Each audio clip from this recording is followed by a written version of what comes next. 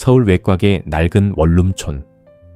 준혁의 방은 고요했지만 생기라고는 찾아볼 수 없었어요. 바닥엔 빈 맥주 캔과 배달 음식 용기가 굴러다녔고 커튼은 늘 드리워져 햇빛을 차단했죠. 준혁은 소파에 누워 멍하니 천장을 바라보고 있었어요. 30살, 한때 그래픽 디자인으로 상을 받던 그는 이제 프리랜서로 간간히 의뢰를 받으며 하루를 버티는 삶을 살았어요. 2년 전 준혁의 세상은 무너졌어요. 사랑했던 연인과의 이별, 회사의 정리해고, 그리고 부모님과의 다툼까지. 그는 모든 걸 잃고 세상과 담을 쌓았죠. 친구들의 전화는 받지 않았고 SNS 계정도 지웠어요. 이제 모든 의미 없어. 준혁은 중얼거리며 맥주 캔을 집어들었어요. 그날 밤 창밖에서 천둥이 울렸어요. 비가 억수로 쏟아졌죠. 준혁은 짜증 섞인 한숨을 쉬며 창문을 확인하러 일어났어요. 그때 골목 끝 폐가 쪽에서 희미한 소리가 들렸어요. 개 짖는 소리 같기도 신음 같기도 했죠. 준혁은 무시하려 했지만 소리가 계속되자 우산도 없이 밖으로 나갔어요. 폐가는 비바람에 삐걱거렸어요. 준혁은 손전등을 켜고 조심스럽게 안으로 들어갔죠. 부서진 가구 사이 구석에서 덜덜 떨고 있는 개 한 마리가 보였어요. 골든 리트리버 믹스견 같았지만 털은 엉켜 더러웠고 한쪽 다리를 절뚝였죠. 개는 준혁을 보고 낮게 으르렁거렸지만 눈빛엔 두려움이 가득했어요. 쉬, 괜찮아. 나쁜 사람 아니야. 준혁은 조심스럽게 다가가 손을 내밀었어요. 개는 잠시 망설이다 그의 손을 살짝 핥았죠. 준혁의 가슴이 묘하게 뛰었어요. 그는 망설이다 자신의 재킷을 벗어 개를 감싸고 집으로 데려왔어요. 집에 도착한 준혁은 개를 욕실에서 씻겼어요. 더러운 털 아래로 드러난 상처와 마른 몸이 보였죠. 누가 널 이렇게 버린 거야? 준혁은 중얼거리며 마른 수건으로 개를 닦아줬어요. 그날 밤 개는 준혁의 소파 옆에서 잠들었고 준혁은 오랜만에 혼자가 아닌 기분을 느꼈어요. 다음 날 준혁은 개를 동물병원에 데려갔어요. 수의사는 개가 약 3살쯤 됐으며 영양실조와 다리 부상 때문에 약이 필요하다고 했죠. 이 녀석 누가 버렸는지 몰라도 사람을 믿는 눈빛이네요. 수의사의 말에 준혁은 말없이 고개를 끄덕였어요. 집으로 돌아오는 길, 준혁은 개에게 이름을 지어줬어요. 바람. 네가 비바람 속에서 날 만났으니까 바람이라고 부를게. 바람이는 꼬리를 살짝 흔들며 준혁을 바라봤어요. 그 순간 준혁은 오랜만에 입꼬리가 올라가는 걸 느꼈죠. 하지만 현실은 냉혹했어요. 원룸 주인은 애완동물 금지라며 바람이를 내보내라고 으름장을 놨죠. 준혁은 짜증이 치밀었지만 바람이를 버릴 수는 없었어요. 그는 바람이를 몰래 키우기로 했고 낮에는 동네 공원에서 함께 시간을 보냈어요. 바람이는 절뚝이는 다리인데도 불구하고 공놀이를 좋아했어요. 준혁은 그 모습을 보며 점점 마음이 따뜻해졌죠. 며칠 뒤 준혁은 동네 부동산 중개인 박민규를 만났어요. 민규는 웃으며 말했죠. 최씨, 그게 어디서 났어? 요즘 동네에서 유기견 때문에 민원 많으니까 조심해. 준혁은 불쾌했지만 대충 고개를 끄덕였어요. 그날 밤 준혁이 잠든 사이 바람이가 갑자기 짖기 시작했어요. 문 밖에서 수상한 소리가 들렸죠. 준혁이 문을 열자 누군가 황급히 달아나는 뒷모습이 보였어요. 문 앞엔 개 내놔 라는 쪽지가 붙어 있었죠. 준혁의 등골이 서늘해졌어요. 누가 바람이를 노리는 거지? 다음 날 준혁은 동물보호소에 전화해 바람이의 과거를 알아보려 했어요.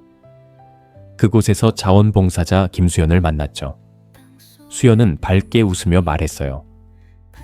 바람이요? 정말 예쁜 이름이네요. 이 녀석 아마도 불법 번식장에서 도망친 애일 거예요. 혹시 위험한 사람들한테 쫓길 수도 있으니 조심하세요. 준혁은 충격을 받았어요. 위험한 사람들? 그게 뭐예요? 수연은 심각한 표정으로 답했죠. 번식장 주인들이 도망친 개를 잡으러 다니는 경우가 있어요. 특히 바람이 같은 애는 돈이 되니까.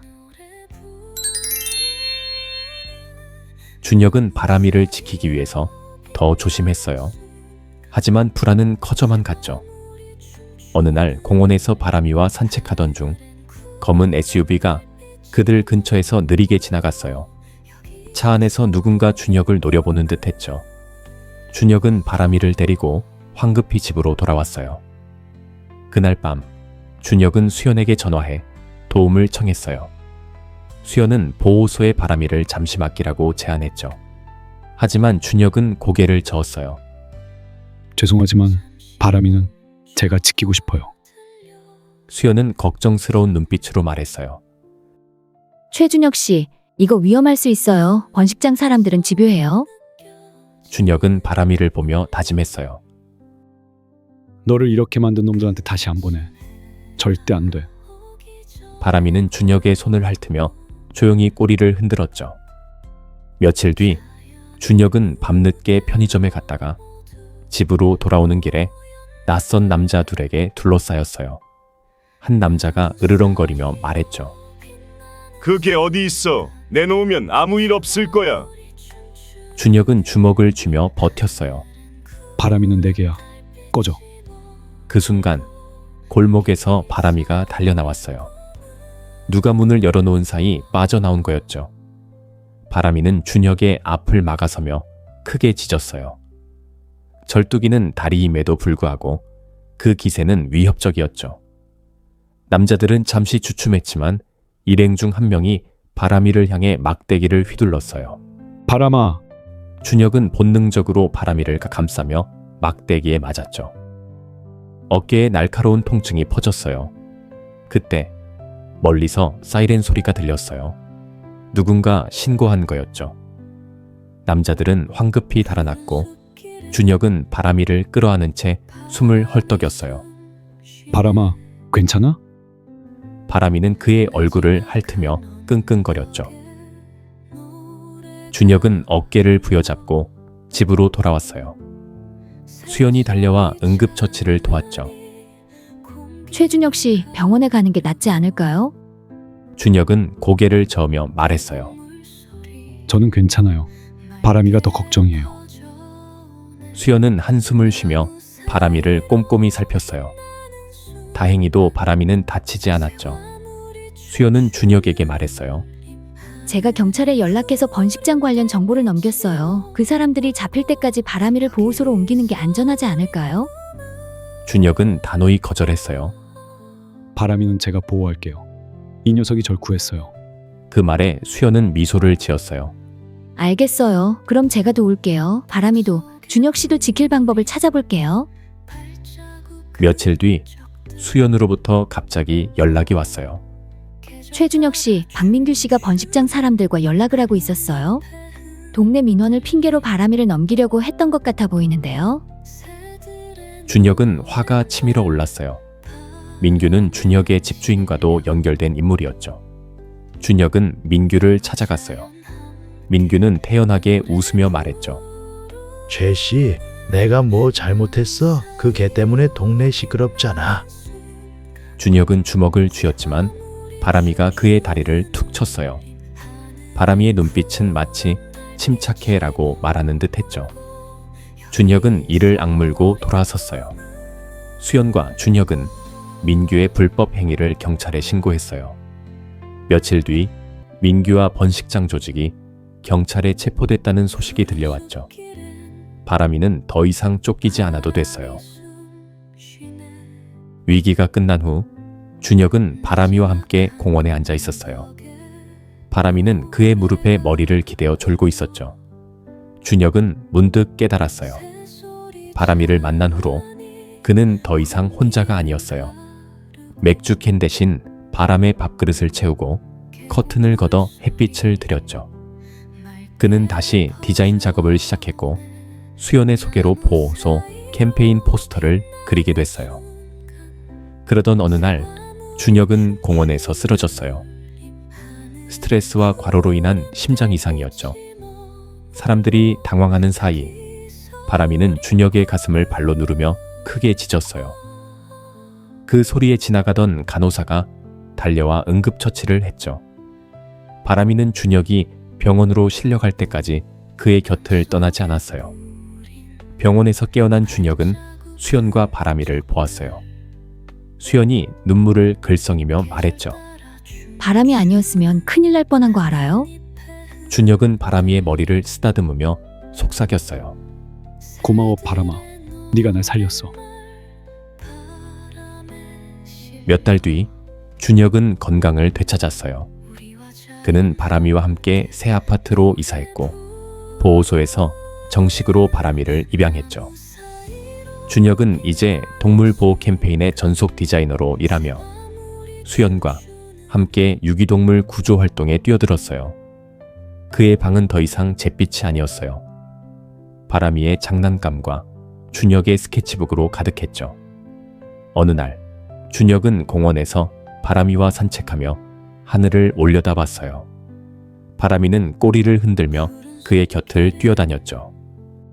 바람아, 너가 내 앞에 나타나지 않았다면 나는 여기 없었을 거야. 준혁의 목소리는 부드러웠어요. 바람이는 그의 손을 핥으며 답하는 듯 했죠. 준혁과 바람이의 이야기는 동네를 넘어 퍼져나갔어요. 보호소에서 열린 캠페인 행사에서 준혁은 자신의 이야기를 공유했죠.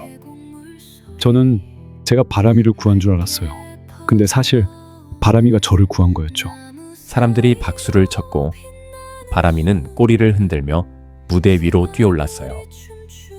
그 후 준혁과 수연은 더 많은 유기동물을 구조했고 바람이는 보호소의 마스코트가 됐어요. 준혁의 삶은 바람이 덕분에 다시 활력을 되찾았죠. 그는 깨달았어요. 기적은 멀리 있지 않다고, 때론 비바람 속에서 만난 한 생명이 인생을 바꿀 수 있다는 걸요.